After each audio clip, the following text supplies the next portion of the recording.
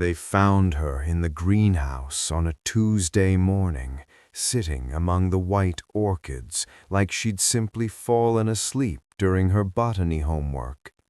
Except Melissa Harper had been dead for 4 days, and her skin was still warm to the touch. Detective Sarah Chen had seen plenty of bodies in her 16 years on the force, but she'd never seen one that looked more alive in death than it had in life. The girl was perfect, impossibly, unnaturally perfect. And somewhere in St. Catherine's Academy for Girls, someone was collecting perfection like other people collected stamps. The thing about St. Catherine's Academy was that everyone knew everyone's secrets. In a school of only 80 girls, privacy was a myth you stopped believing in by sophomore year. Which was why, when they found Melissa Harper's body in the greenhouse, perfectly preserved among the orchids, every girl knew exactly who'd done it. Sister Mary Catherine. The nun was strange, everyone said so.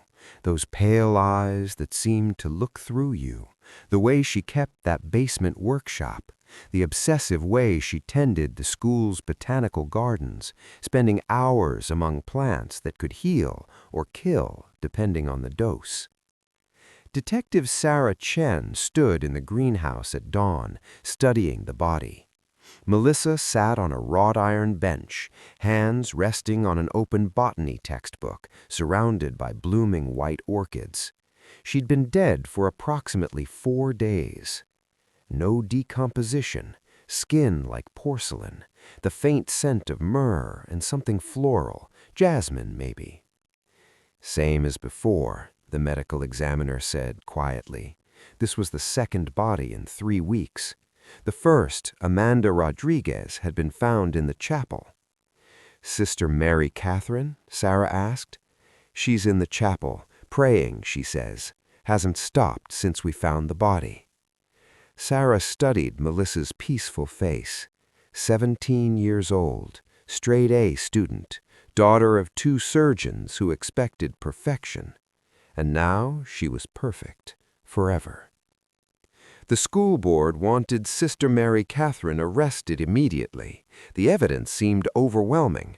Her workshop contained every chemical needed for preservation, her botanical knowledge was extensive, and both victims had been to confession with her days before their deaths. But Sarah hesitated. Something felt wrong. "Tell me about Sister Mary Catherine," she asked, Olivia Winters, a senior and editor of the school newspaper.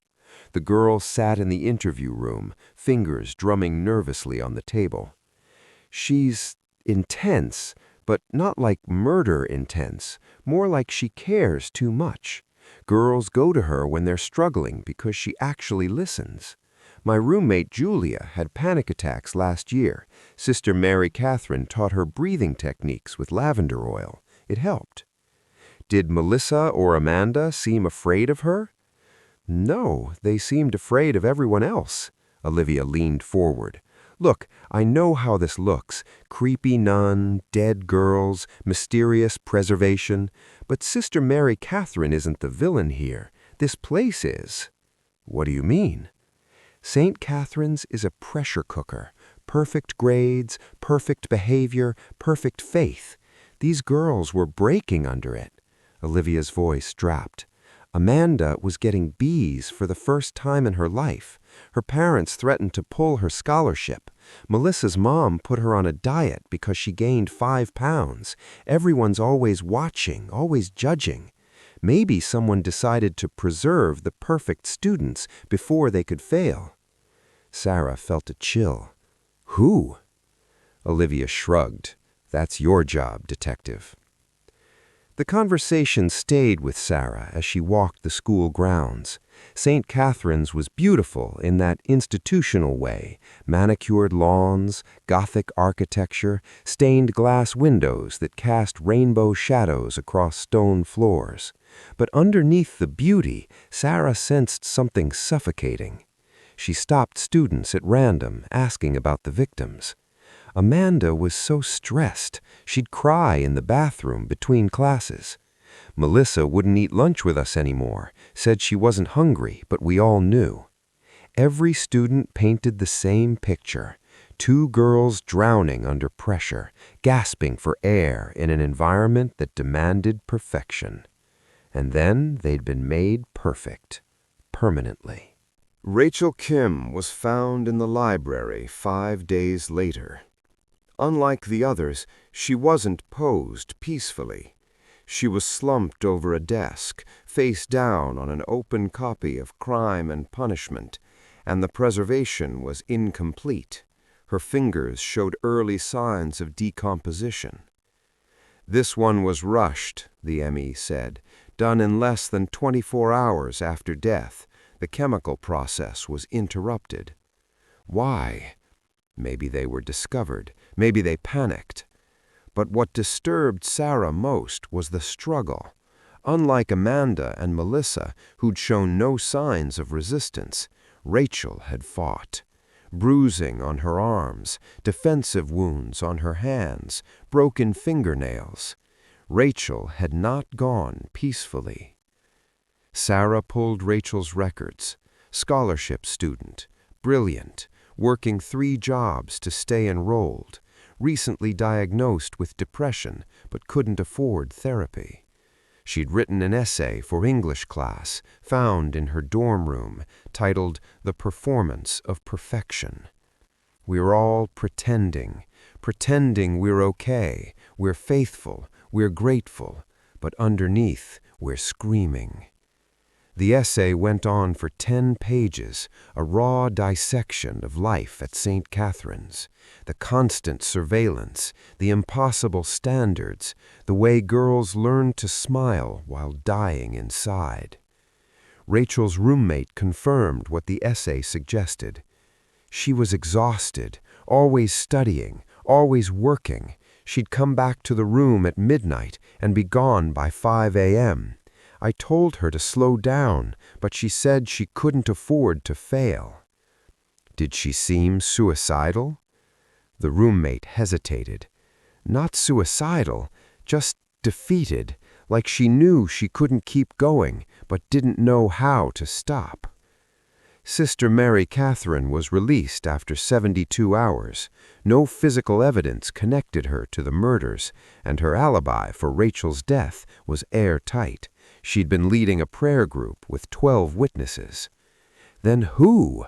Sarah demanded, staring at the evidence board in the precinct. 3 victims, all high-achieving students under extreme pressure, all preserved with botanical methods, all found in locations significant to academic life. Her partner, Detective Torres, pointed to a name they'd glossed over. Margaret Price, school counselor. She's been here 23 years, psychology degree, background in biochemistry, access to every student's confidential files, knows exactly who's struggling. Sarah pulled Price's file. 56 years old, divorced, no children, published papers on adolescent depression and academic pressure, glowing recommendations from students and staff. Too perfect. They brought her in for questioning. Margaret Price sat across from Sarah with the calm demeanor of someone who'd spent decades listening to other people's problems. She wore a cardigan despite the warm weather, her gray hair pulled into a neat bun. "I understand you're looking for answers," Margaret said softly. "These girls deserved better than what this world gave them." "Did you kill them?" "Kill them?" Her expression didn't change. "Detective, I spent my entire career trying to save them. But this school, it devours girls, chews them up and spits out perfect little automatons who forget how to be human." "That's not an answer." Margaret folded her hands. "The answer is no, but I understand why you'd suspect me. I know their secrets. I know who was breaking, who was considering permanent solutions to temporary problems. Amanda was cutting herself. Melissa was purging after every meal. Rachel, she paused. Rachel was planning her suicide. She told me 3 days before she died. Sarah leaned forward. And you didn't report it? To whom? Her parents, who'd threatened to disown her if she dropped out? The school board, who cares more about reputation than students? The system that's failing these children? Margaret's calm finally cracked. I tried to help them, but someone else got to them first. Who? Julia Brennan disappeared on a Tuesday. She was Olivia's roommate, the girl with panic attacks. Sarah remembered the name from the interview. She ordered an immediate campus lockdown, but it was too late. They found Julia 36 hours later in the art studio, seated before an easel with a half-finished painting of a garden. Unlike the others, she'd been preserved with painstaking care, her blonde hair arranged in intricate braids, her hands positioned as if still holding a brush. But there was something new. Around her neck, a locket. Inside, a photograph of Julia smiling and a handwritten note. You were too beautiful for this world's cruelty. The handwriting was analyzed immediately. It didn't match Sister Mary Catherine's. It didn't match Margaret Price's. It matched Olivia Winter's. They found Olivia in her dorm room, calmly packing a bag. I knew you'd figure it out eventually, she said, not looking up. I'm not as clever as I thought. Sarah stood in the doorway, hand on her weapon, mind reeling. You're 18 years old. Almost 19. Olivia finally turned. Her eyes were red-rimmed but dry. Does it matter? Why? Olivia sat on the bed, shoulders slumping. Because I loved them, all of them, and I watched this place destroy them piece by piece, and I couldn't— Her voice broke. I couldn't watch anymore. So you killed them. I preserved them. Olivia's voice was fierce now. Amanda was going to kill herself. Did you know that? She told me the night before she died, had pills saved up and everything. Melissa was barely eating, barely sleeping, having chest pains from anxiety. Rachel worked herself to exhaustion every single day and still felt like she wasn't enough. And Julia was your roommate. Julia was my best friend, and 2 days ago I found her suicide note. Olivia pulled a crumpled paper from her pocket. She was going to hang herself in the bathroom. I couldn't— Tears finally came. I couldn't let her do that to herself. Couldn't let her be found like that, destroyed and ugly and alone. Sarah stepped into the room slowly. So you poisoned her instead. I gave her peace. Olivia's hands shook. I learned everything from Sister Mary Catherine's books. She never knew. I'd sneak into her workshop late at night.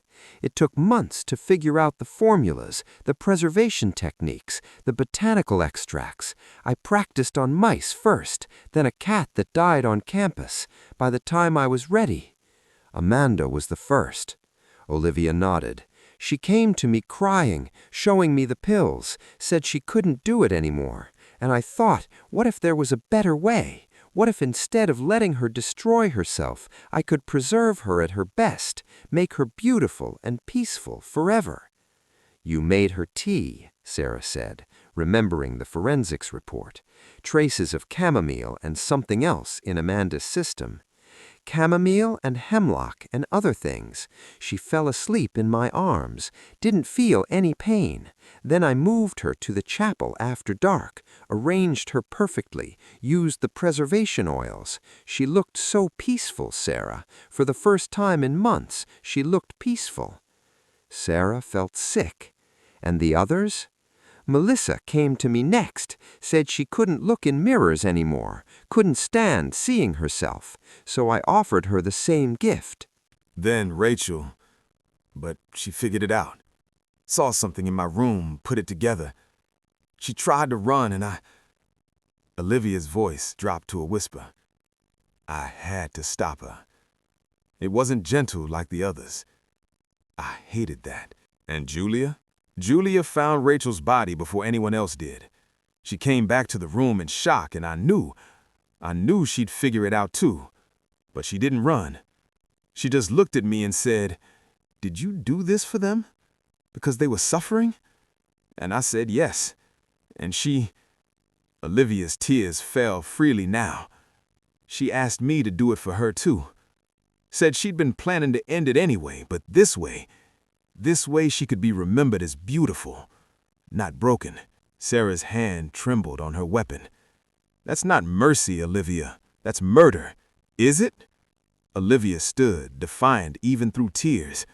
They were all dying anyway, slowly, painfully, under the weight of expectations they could never meet. This school, these parents, this world, it was killing them. I just made it faster, painless, and I made them beautiful. You took their futures. What futures? Olivia laughed bitterly. Amanda's future was suicide in a bathroom. Melissa's was organ failure from starvation. Rachel's was working herself to death trying to prove she deserved to exist. Julia's was a noose in our closet. I gave them better endings. They found Olivia's real workshop in the attic above the dormitories, a space she'd converted over months. Jars of botanicals stolen from Sister Mary Catherine's greenhouse, chemistry equipment ordered online, books on taxidermy, on preservation, on the incorruptible saints, and a journal. Sarah read it while Olivia sat in custody, and with each page the horror deepened. September 15th. Amanda showed me her pills today. 200 Tylenol. She's been collecting them for weeks. I can't let her do this. September 20th. Sister Mary Catherine's workshop is amazing. She has everything. I'm sure she won't notice if I borrow a few books.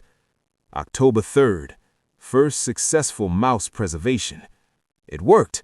It actually worked. October 28th. Amanda is getting worse.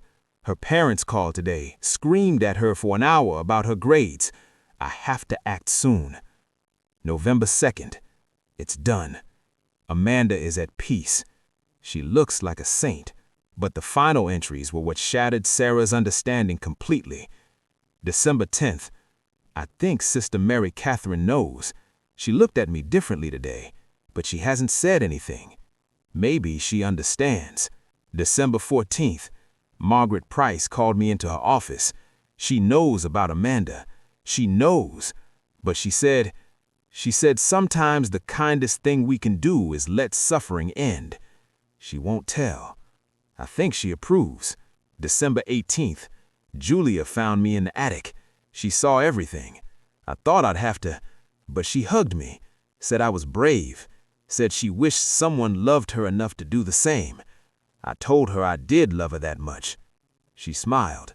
The investigation expanded like cracks in ice. Margaret Price was brought back in. This time she didn't maintain her calm. I didn't kill anyone, but yes, I knew.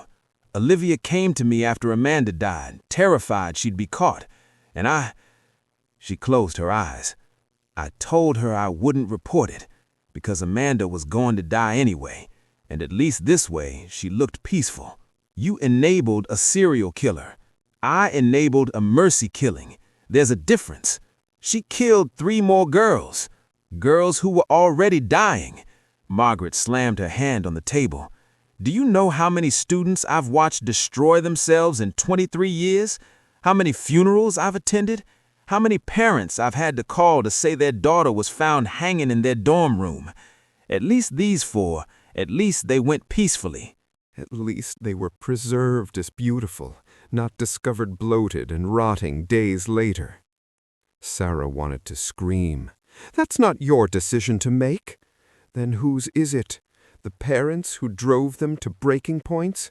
The school that cared more about rankings than student welfare? The society that tells teenage girls they must be perfect or they're worthless?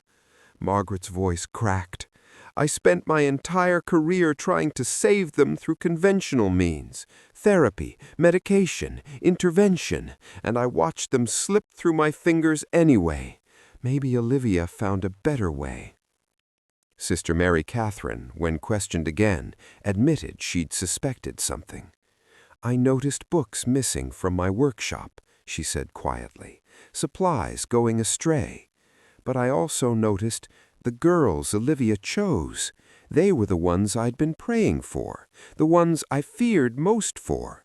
And when they died peacefully, preserved with such care," she looked at Sarah with those pale, unsettling eyes, "I thought perhaps God was working through her, an angel of mercy for suffering souls."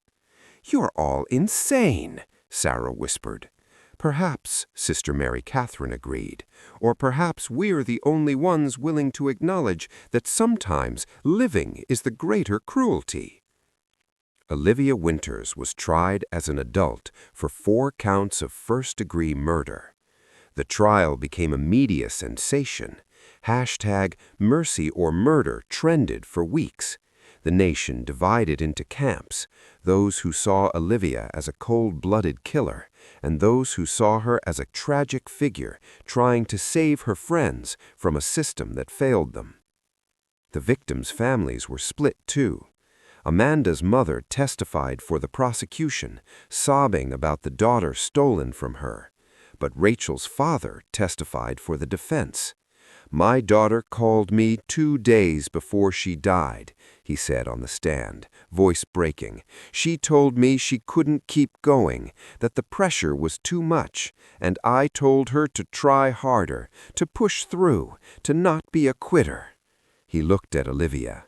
"I killed my daughter. This girl she made it painless." Melissa's parents refused to testify at all. They'd discovered their daughter's journal after her death, pages and pages detailing her eating disorder, her self-hatred, her desperate desire to be thin enough, perfect enough, worthy enough. They'd never noticed.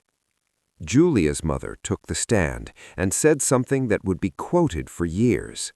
"My daughter left me a video on her phone, made it the night before she died. She said Olivia offered her a choice, a beautiful end or an ugly one, and she chose beauty. She chose to be preserved as herself, not discovered as a corpse. I'm angry my daughter is dead, but I'm grateful she didn't suffer." The prosecution argued that suffering was part of life, that these girls deserved the chance to overcome their pain, to seek help, to grow. The defense argued that the system designed to help them had failed, that these girls saw no way forward, and that Olivia provided the only mercy available to them. Margaret Price was charged as an accessory after the fact. Sister Mary Catherine was not charged. Her knowledge was ruled too circumstantial. The jury deliberated for 11 days.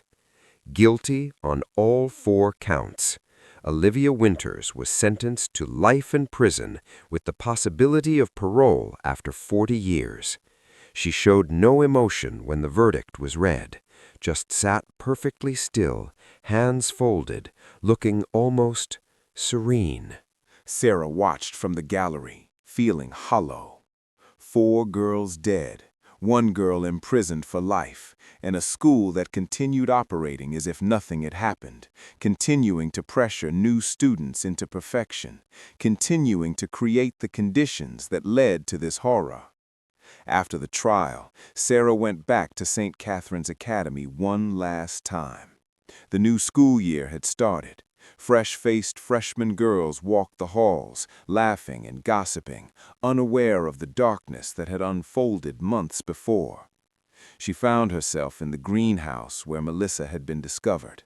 The orchids were still blooming, white and perfect. "Detective?" Sarah turned. A girl stood in the doorway, maybe 15, with anxious eyes and bitten fingernails. "Are you okay?" Sarah asked. The girl hesitated. I heard about what happened, about Olivia and the others, and I wanted to ask." She stepped closer. "Do you think she was wrong? Like morally wrong? Sarah wanted to say yes immediately. Of course she was wrong. Murder is always wrong. But she thought about Amanda's suicide pills, Melissa's failing organs, Rachel's exhaustion, Julia's noose. I think, Sarah said slowly, that she was wrong, but I also think we all failed those girls long before Olivia touched them. The parents, the school, the system, me. We all failed to see how desperately they needed help. The girl nodded, tears in her eyes. I'm failing, she whispered. All my classes. My parents don't know yet, but when they find out, she couldn't finish. Sarah pulled out her card. Call me, anytime, or call the number on the back. It's a crisis line. Please, there are better ways to get help. Are there? The girl looked around the greenhouse. Olivia thought she was helping. Maybe she was right. She wasn't, Sarah said firmly. Death isn't mercy. It's just the end of possibilities, and you have so many possibilities ahead of you. The girl took the card and left without another word. Sarah stood alone in the greenhouse for a long time after that, surrounded by white orchids and the ghost of Melissa Harper. She thought about possibility, about mercy, about the fine line between salvation and murder. And she wondered how many more girls in this school were quietly suffering, quietly breaking, quietly deciding that perfection was the only path forward, or that death was preferable to failure. 3 years later, Sarah received a letter. It was from Olivia Winters, written from prison. Dear Detective Chen, I've had a lot of time to think about what I did, about why I did it. The prison therapist says I have a savior complex, that I couldn't separate mercy from control. Maybe she's right, but I still think about them. Amanda, Melissa, Rachel, Julia, and I don't regret preserving their beauty. I regret that they felt they had no other choice. I regret that I felt I had no other choice. The girl who testified at my trial, the one who was failing her classes, I read that she graduated last year. Top of her class. She's going to medical school. Maybe death isn't the only mercy after all. I'll never be free. I understand that. But if my story can help one person choose life over death, suffering over perfection, possibility over preservation, then maybe the 4 girls I killed didn't die for nothing. I preserved their bodies, but I destroyed their futures. That's the difference I couldn't see then. I see it now. Olivia. Sarah folded the letter carefully. She thought about responding, but what could she say? Instead, she drove to St. Catherine's Academy one more time. The school had changed. A new counselor, younger and more progressive. Mandatory mental health screenings, a peer support program. Small changes, but changes nonetheless. In the greenhouse, someone had planted a new garden, a memorial for the 4 girls, white roses for Amanda, orchids for Melissa, lilies for Rachel, jasmine for Julia, and a plaque with words that made Sarah's chest tighten. They deserved better than what we gave them. May we learn from our failure to protect them. May we choose mercy for the living. Sarah stood in the garden for a long time, surrounded by growing things and the memory of preservation. 4 murders, 4 girls who saw no way forward except through death, 1 killer who thought she was saving them, and a system that continues to create pressure so intense that death can feel like relief.